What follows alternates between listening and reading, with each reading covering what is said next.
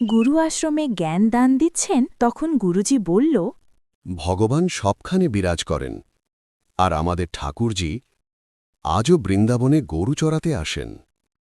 গুরুজির এই কথা শুনে কানাইর মনের মধ্যে একটা প্রশ্ন জাগল। বৃন্দাবনে তো আমি প্রতিদিন গরু চড়াতে যাই, আমি তো ঠাকুরজিকে দেখতে পাই না। কিন্তু গুরুজি যখন বলছে তখন সত্যিই হবে।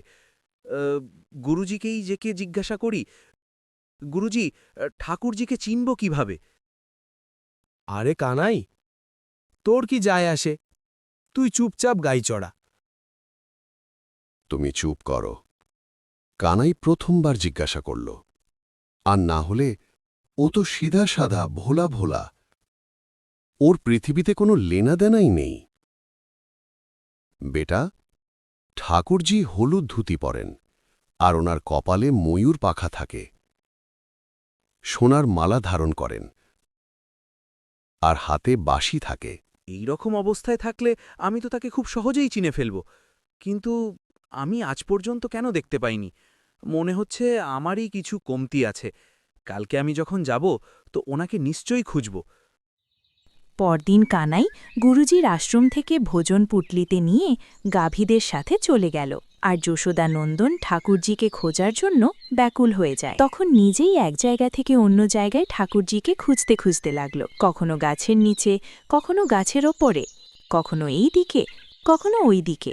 যখন ঠাকুরজিকে পেল না, তখন এক পাথরের ওপরে ভোজন নিয়ে বসে পড়ে আর বলতে থাকে, গুরুজির কথা তো মিথ্যা হবে না।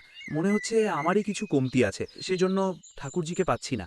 আজকে আমি খাবার ঠাকুরজির সাথেই খাবো, না হলে আমি খাবার খাবো না। তখন ঠাকুরজি গাভীদের সাথে বৃন্দাবনে কানাইয়ের দিকে আসতেছিল। তখন কানাই দাঁড় হয়ে ঠাকুরজিকে দেখতেছিল আর মনে মনে বলল, আরে, এই তো ঠাকুরজি, সত্যিই আসতেছে। যেমন রূপ গুরুজি বলেছিল ঠিক সেই রকমই।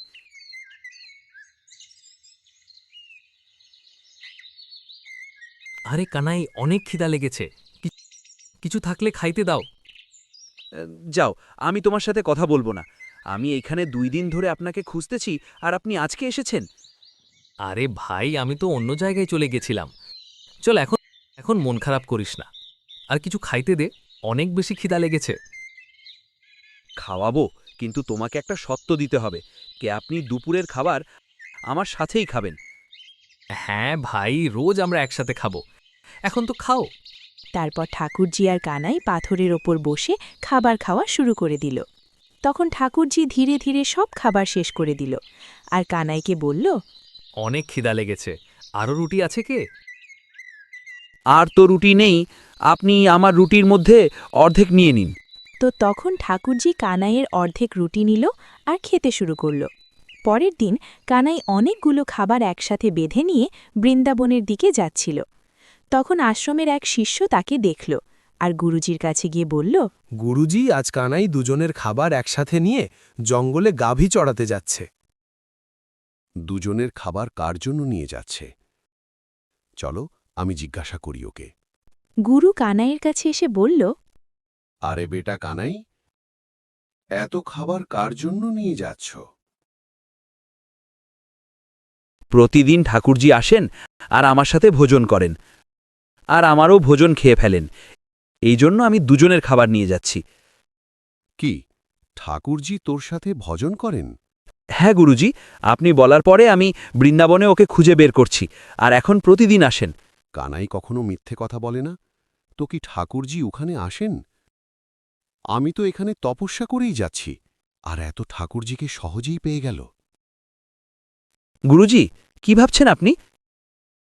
বেটা কানাই, তুই আমার একটা কাজ করতে পারবি? আজ্ঞা দিন গুরুজি।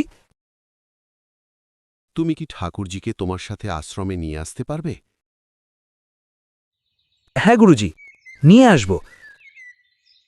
গুরুজিকে এই কথা বলে কানাই খাবার নিয়ে গাভীদের সাথে বৃন্দাবনের দিকে যাচ্ছিল।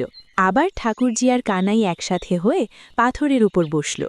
ঠাকুরজি খাবার খেতে শুরু করে দিল। তখন কানাই বলল, ঠাকুরজি খাবার খাবার পরে আমার সাথে গুরুজির আশ্রমে যেতে হবে। না কানাই, আমি শুধু তোর জন্য আসি, আশ্রমে যেতে পারবো না। যদি যেতে না পারো তো আজ থেকে বন্ধুত্ব শেষ, আর আমার সাথে খাবার খেতে আসবে না। কানাই এমনটা করিস না, আমি সব জায়গায় তোর সাথে যেতে পারবো না। জিদ করো না। আরে না না যদি গুরুজির সাথে দেখা করতে না যাও তো এই খাবারও খেতে পারবে না, কেননা এই খাবারও তো গুরুজির আশ্রম থেকে আসে।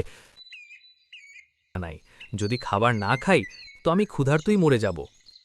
তো আমি কি করব? আমি কি খাবারের দোকান দিয়েছি? এসব বলে কানাই আশ্রমের দিকে যেতে থাকল। তখন ঠাকুরজি মনে মনে বলতে থাকল, কত সরল আর ভোলা ভালা। ও আমাকে পাওয়ার জন্য লোকে কত তপস্যা করে, আর ও গুরুজির জন্য আমাকেই ছেড়ে দিতে রাজি। দাঁড়াও কানাই, আমি যাচ্ছি। এই কথা বলে ঠাকুরজি কানাইয়ের সাথে গুরুজির আশ্রমের দিকে যেতে থাকল গুরুজির সাথে দেখা করতে। আরে এ তো সত্যি ঠাকুরজিকে নিয়ে এসেছে।